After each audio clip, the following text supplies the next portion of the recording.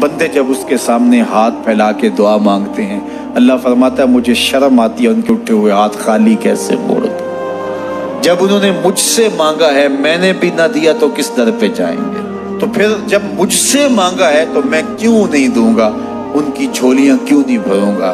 وہ تو کہتا ہے مجھ سے مانگو۔ اللہ اکبر۔ دنیا داروں سے مانگے تو ناراض ہوتے ہیں، اللہ سے نہ مانگے تو ناراض ہوتا ہے۔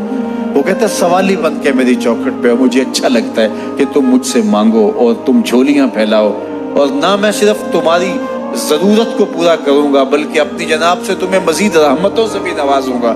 تمہارے اٹھے ہوئے ہاتھوں کی میں لاج رکھوں گا، تم طلب تو کر کے دیکھو۔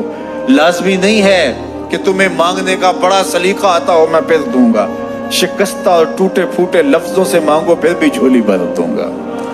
وہ کریم ہے، اس سے مانگو تو صحیح، ہاتھ تو پھیلاؤ۔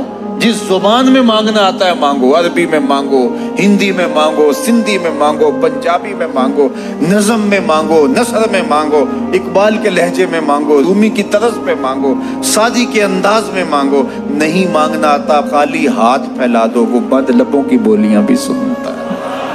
آؤ تو صحیح اس کی چوکھٹ پہ، جھولی تو پھیلاؤ۔